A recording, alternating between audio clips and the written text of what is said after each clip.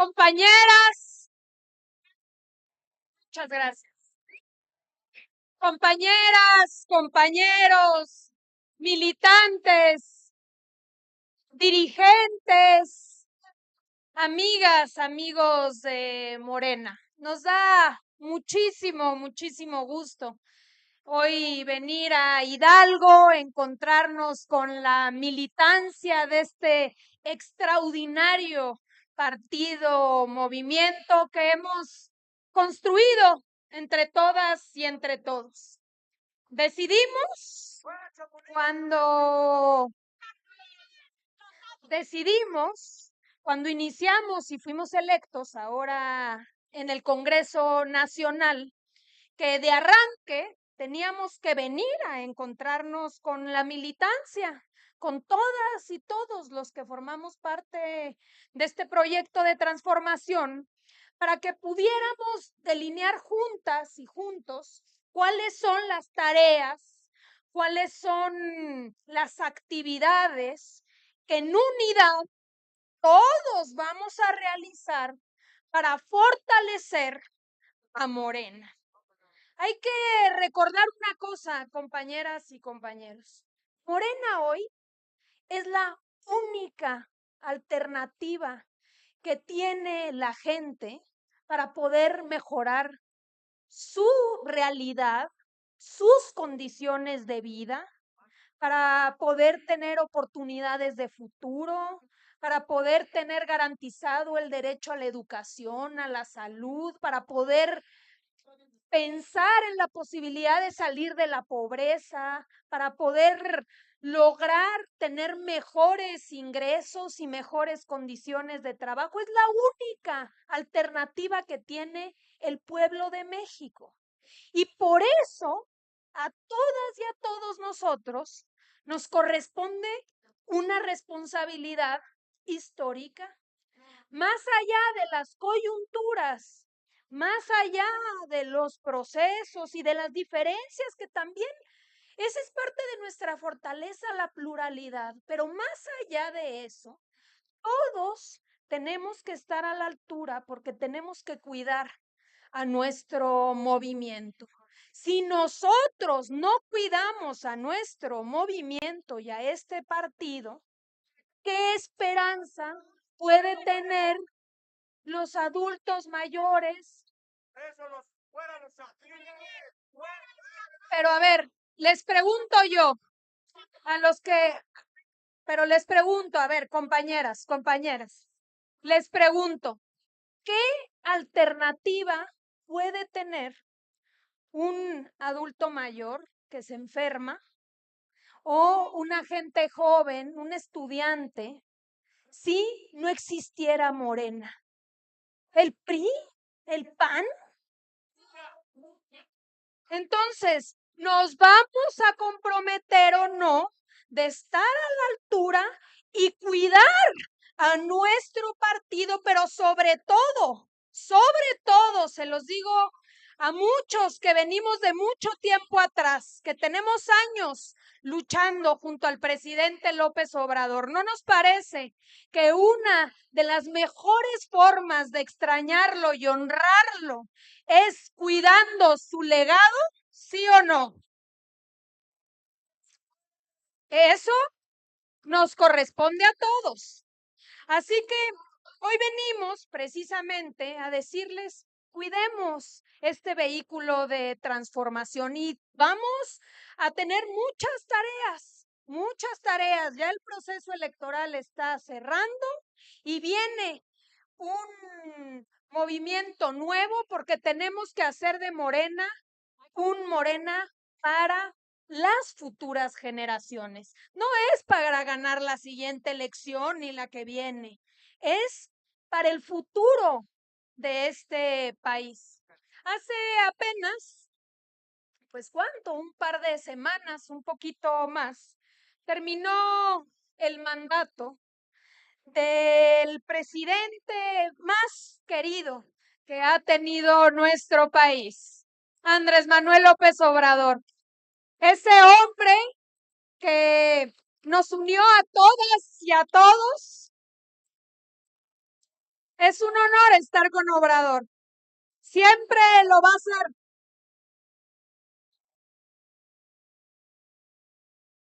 Es y siempre será un honor estar con Obrador. Y lo es por varias razones, porque fue un hombre congruente, es un hombre congruente, perseverante, que nos llevó a todas y todos nosotros y a millones de mexicanas y de mexicanos a lograr la cuarta transformación de la vida pública de México. Y parece sencillo, ya se dice y casi se da por descontado. Pero la cuarta transformación de la vida pública de México la logramos sin violencia, sin romper un vidrio, convenciendo a la gente, revolucionando conciencias, tocando todas las puertas de Hidalgo y de todos los rincones del país para lograr que de manera democrática pudiésemos llegar a la presidencia. Y cuando llegó a la presidencia, nos demostró que era posible implementar un método, una estrategia totalmente y radicalmente distinta a lo que estábamos acostumbrados. Nos dijo, miren, claro que hay dinero suficiente, claro que hay presupuesto. Si eliminamos la corrupción, la enorme corrupción de los gobiernos. Si eliminamos los privilegios de los gobernantes, con esas dos acciones, podemos lograr direccionar esos recursos que siempre han existido, que no son de ahora, que siempre han existido, y direccionarlos a proteger al pueblo. Y eso hizo, eliminando la corrupción, eliminando los privilegios. Acuérdense, vendimos el avión presidencial, se acabaron los altos salarios, se quitaron las pensiones a los expresidentes, los miles y miles de guaruras que se tenían del Estado Mayor Presidencial, se bajó todo el gasto del gobierno y se reorientó ¿a qué? A derechos sociales, derechos de adultos mayores, de personas con discapacidad, de estudiantes de escuelas públicas, que antes muchos tenían que salirse de la preparatoria para apoyar en la casa y que hoy, gracias a la beca, pueden seguir estudiando. De jóvenes que antes les decían ninis, que tú ni estudias ni trabajas, pero no habían hecho absolutamente nada por ellos. De campesinas, de campesinos, todo ese dinero se fue a garantizar a todos, pero sobre todo a los más desprotegidos y a los que menos tienen. Pero también nos dijo y nos demostró que si se actuaba con honestidad y realmente se protegían los recursos públicos, alcanzaba para invertir en el desarrollo.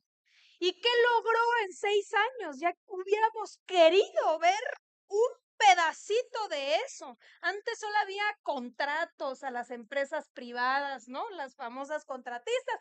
¿Quién va a construir la carretera? Y se la daban a unos privados y al rato que pague la gente con cuotas.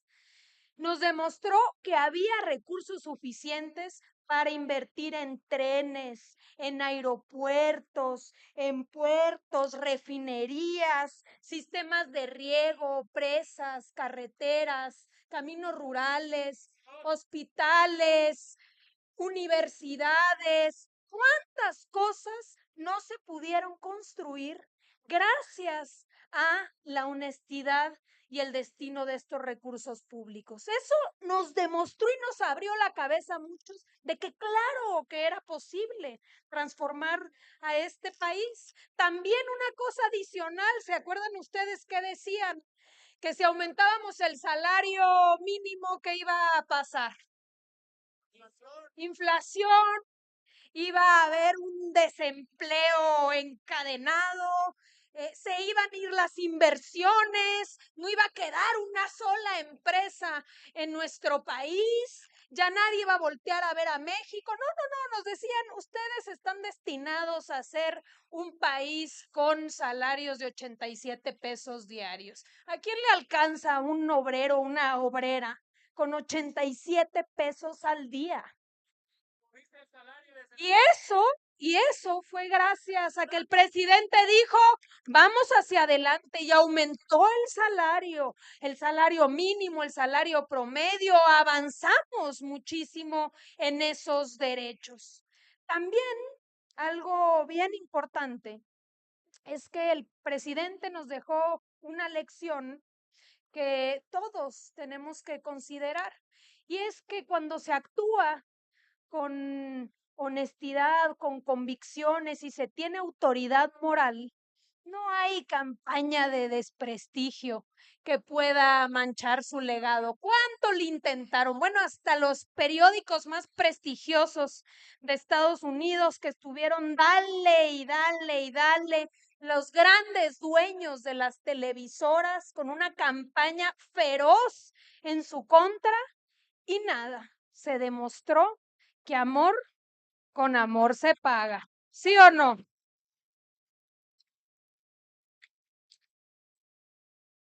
Y también algo más que es muy importante. También muchos aprendimos a querer más a México, a sentirnos más orgullosos de nuestros orígenes, ¿no? De nuestras culturas milenarias que ya quisieran en otros lados del mundo tener. Construimos el Tren Maya y muchos hemos aprendido en todo este caminar.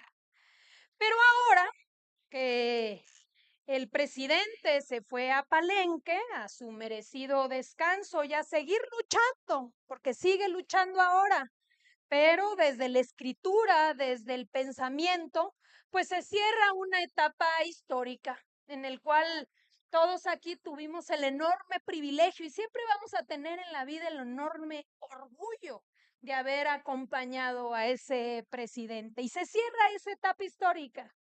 Pero para fortuna de los que estamos aquí, inicia otra, también histórica.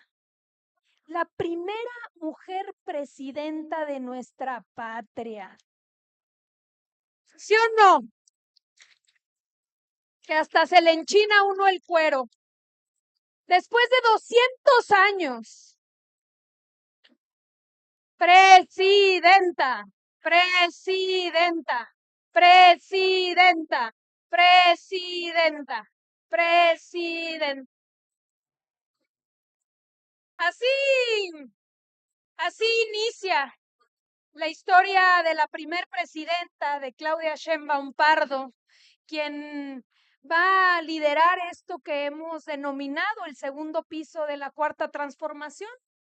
Los ciudadanos, las ciudadanas salieron de manera libre, contundente, el 2 de junio y dijeron, queremos la continuidad y queremos que sea una mujer honesta, una mujer de principios, emanada de nuestro movimiento, una madre, abuela que había sido científica, maestra, que había sido una extraordinaria gobernante cuando estuvo al frente de la Ciudad de México, pero sobre todo, es un honor estar con Claudia hoy. Pero sobre todo y más importante es que es una mujer de convicciones y de buenos sentimientos. Así que todas y todos nosotros tenemos una responsabilidad en esta nueva etapa histórica y es respaldar a nuestra presidenta. Morena tiene que estar a la altura de respaldar el segundo piso de la Cuarta Transformación, porque no va a ser sencillo. Miren, las transformaciones es obvio que trastocan intereses, si no, no se transforma. Los que se creían dueños de este país durante años, pues muchos se sienten afectados, ¿no? ¿No es así? Entonces, pues tenemos que estar a la altura precisamente de estar organizados. ¿Y cómo podemos incluso ver esto?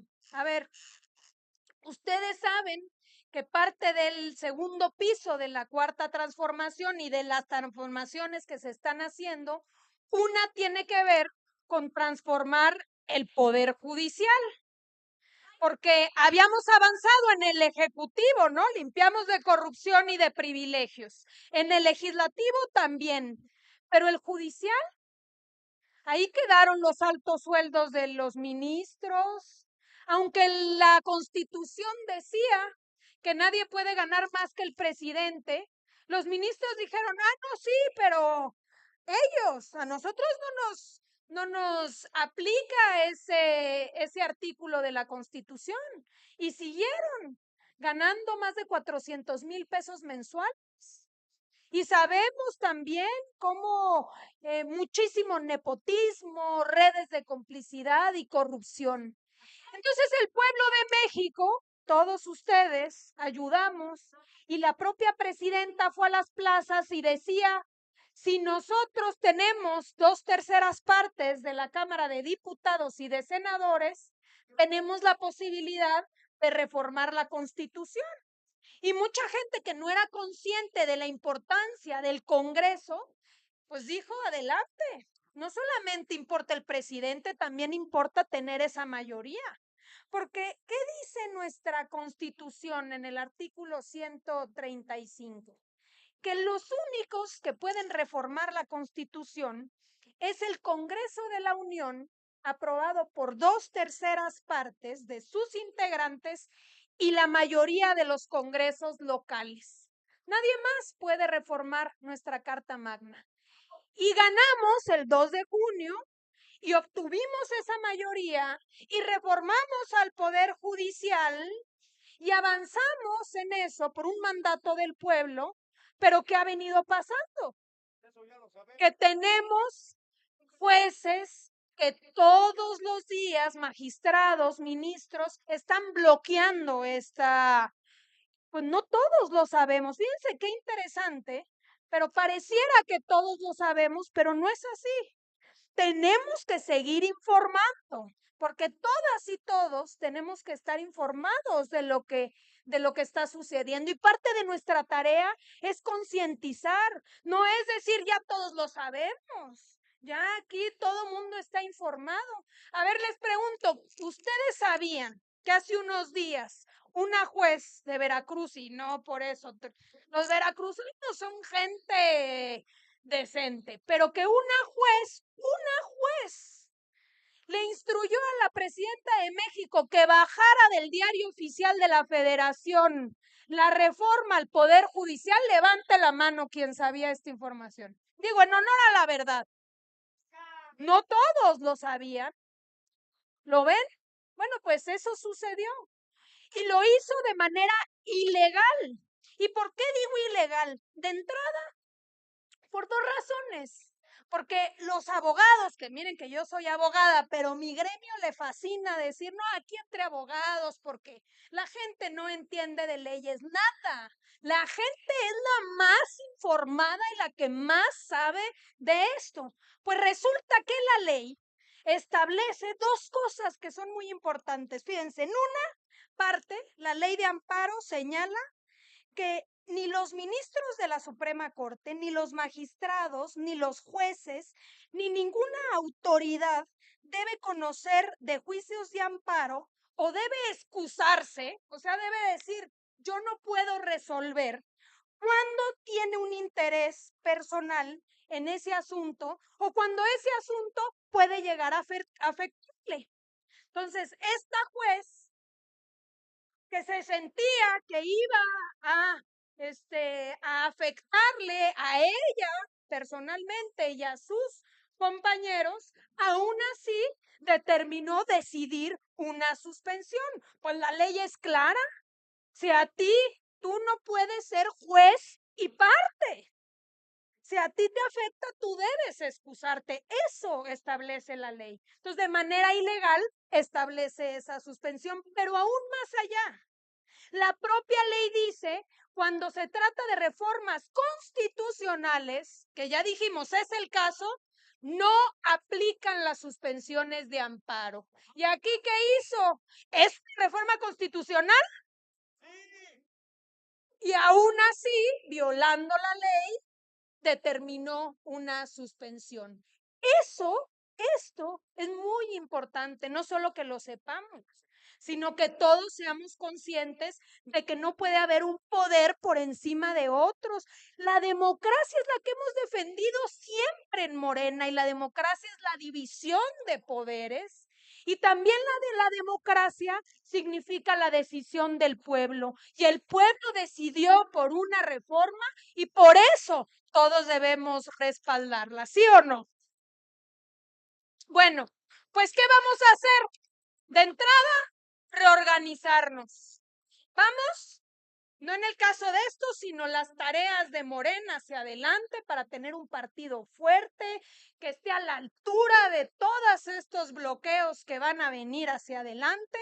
La estrategia es volver al origen. El presidente López Obrador, muchos de los que están aquí, iniciaron este movimiento, iniciaron este partido, muchos. Y en aquel entonces había una estrategia, un método que pues no hay que inventar el hilo negro, es lo que hoy ha hecho de este movimiento un movimiento imparable. ¿Cuál fue ese método? Primero, organizar comités en todas las secciones electorales del país. ¿Se acuerdan de los comités de protagonistas del cambio verdadero? Ah, bueno, pues necesitamos hacer los comités de todas las secciones electorales de Hidalgo, porque esos comités que van a estar conformados de mujeres y hombres que quieren participar en nuestro movimiento, nos van a ayudar a informar, a concientizar, a afiliar. No puede ser que seamos un partido con 2,5 millones de afiliados si 36 millones de mujeres y hombres optaron por nuestro proyecto y votaron por la presidenta Claudia Sheinbaum. Entonces, todavía hay muchos que podemos ir a decirles, súmate a Morena, afíliate. Y a todos aquellos les vamos a dar su credencial. ¿Ustedes quieren su credencial de Morena? Con su fotografía, para que tengamos ese sentido de pertenencia, con orgullo, digamos, somos de Morena, así como los que tenemos las credenciales del gobierno legítimo y al inicio también de Morena. Bueno, vamos a tener nuestra credencial de Morena. Vamos a hacer afiliaciones, vamos a hacer comités y vamos a repartir el periódico Regeneración, que tiene que llegar a todos los rincones de nuestro país, porque con estas campañas de desprestigio, la herramienta que tenemos para informarle al pueblo de México es el periódico Regeneración. Volvamos a él. Entonces también vamos a hacer eso. Por el otro lado, como lo expresó aquí la secretaria general, es muy importante que nunca perdamos el piso, que nunca perdamos ese arraigo a los principios de Morena, ¿sí o no? Es lo que nos hace únicos, es la mística que tenemos. Y nuestros gobiernos tienen que estar apegados a esos principios, porque si no, no son de Morena, podrán haber llegado con nuestras siglas. Pero ¿qué tiene que ver con nosotros un presidente municipal que gobierne con privilegios? O que tenga altos índices de corrupción, ¿no? Por eso estamos sacando este decálogo, que es un compromiso por parte de las autoridades, pero también tiene que ver, compañeros, tiene que ver con la vigilancia de todos nosotros, para que estemos atentos de que se cumplan con los principios de nuestro movimiento y que si hay algún gobernante o algún compañero que se aleje de esos principios, pues entonces nos aseguremos de que no ensucie a nuestro partido, ¿no? De eso se trata. Ahora, esto lo tenemos que hacer todos en conjunto y por eso es tan importante este documento y este catálogo. También adicionalmente es un compromiso de todos los que formamos parte de Morena, no solamente de nuestros gobernantes. Sacamos un librillo, no sé si se los entregaron, los 100 postulados de un o una morenista.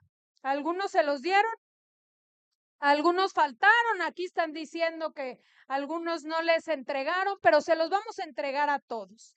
Este librillo, primero vamos a hacer los seccionales para poder hacer los municipales. Ya dijimos, volver al inicio.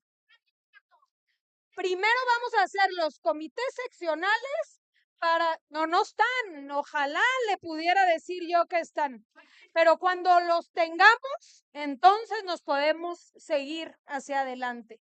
Estos postulados, que son los 100 postulados morenistas, si los revisamos todos, podemos identificar al legado del presidente López Obrador, sus enseñanzas en la vida, en el poder, en el movimiento, cómo debemos actuar dentro de nuestro propio movimiento. Entonces es muy importante que todos lo tengamos porque es la guía ética y moral que acompaña nuestro actuar, que nos hace diferentes de los demás. De eso se trata y por eso es tan importante. Yo les quiero, para ir concluyendo, compañeras y compañeros, porque la pluralidad es muy importante, pero también esto.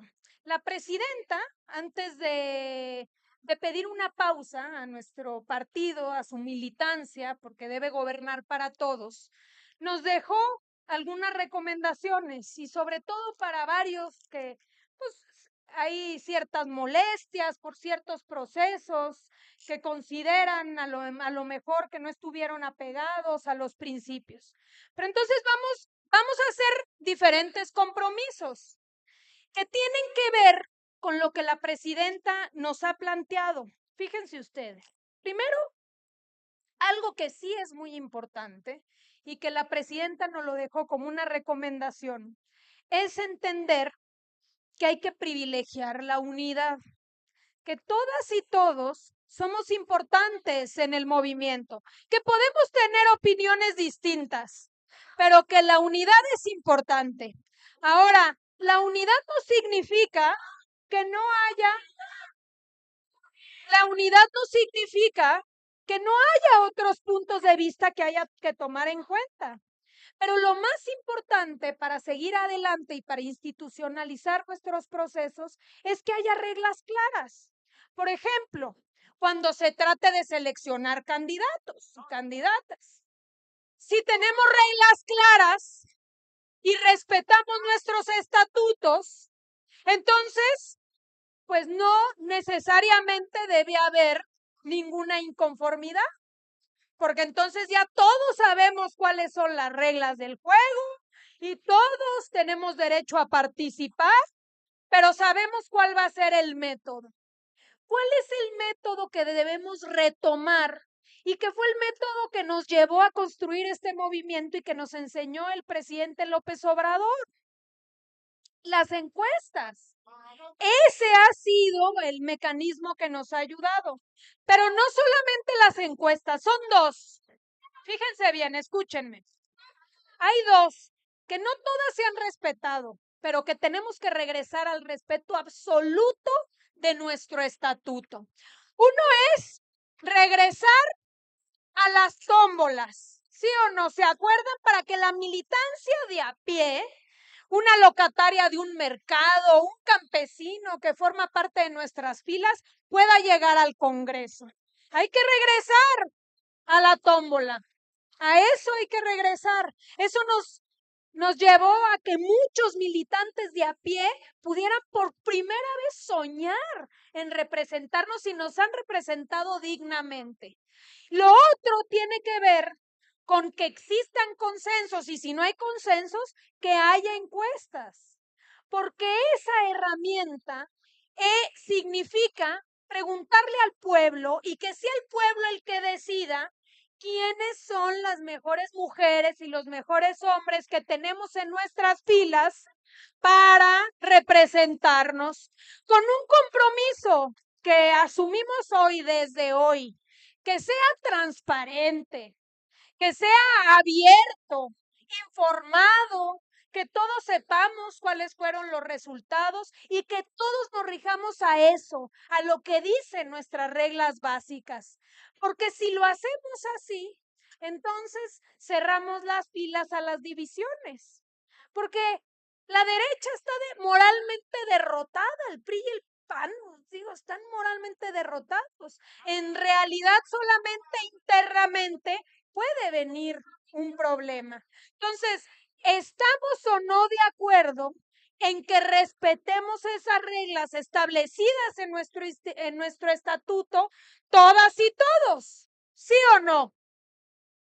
Porque eso nos va a permitir mantener la unidad. Eso es lo que la presidenta nos sugirió. Una más, nos sugirió nunca dejar de ser un partido movimiento, por lo que hablábamos, porque no somos solamente una máquina electoral que quiere ganar elecciones, no.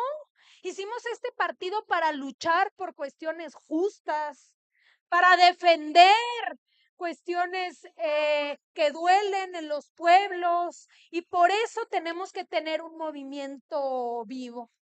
Entonces, este estado va a ser un estado que va a tener muchos beneficios hacia adelante. Entiendo que acaba de venir la presidenta, les informó que va a ser para Tula, ya informó el tren, las carreteras de la ciudad más sucia y contaminada a la más limpia y transformadora. Eso es lo que todos tenemos que estar apoyando y acompañando, porque eso sí, sí o no, de los que están hoy algunos inconformes, ¿eso nos une o no nos une? ¿Vamos a apoyar o no vamos a apoyar a la presidenta de México? Me despido, compañeras y compañeros, compartiéndoles un pedacito, un fragmento de la carta que nos dejó el presidente López Obrador, que por cierto deberían leer todas y todos, pero que les comparto porque es importantísima y todos debemos escucharla. Fíjense ustedes, dice así: antepongan siempre el interés de México y las necesidades de la gente a los afanes y las rencillas personales. Fortalezcan la hermandad, el compañerismo y la institucionalidad en el partido. Mantengan siempre la unidad, la humildad y la honestidad. No permitan que los antiguos vicios y perversiones de la política florezcan en nuestras filas. Eviten la prepotencia, la búsqueda del poder por el poder, la soberbia, la corrupción, el nepotismo y el sectarismo. No roben, no mientan, no traicionen nunca al pueblo. Y sigamos construyendo la nación soberana, democrática, justa, libre y amorosa que imaginamos cuando empezamos a caminar juntos. Con el presidente López Obrador hicimos historia. Y con la presidenta Claudia Sheinbaum la seguiremos haciendo. Así que como siempre es y será un honor estar con Obrador, hoy que es tiempo de mujeres, decimos que es un honor estar con Claudia hoy. ¡Que viva la cuarta transformación de la vida pública de México! ¡Que viva Morena! ¡Que viva Hidalgo! ¡Y que viva México! Muchas gracias, le agradecemos el mensaje a nuestra presidenta Luisa María Alcalde Luján. Muchas gracias, presidenta. Y es un honor estar con Luisa hoy. Es un honor estar con Luisa hoy. Es un honor estar con Luisa hoy.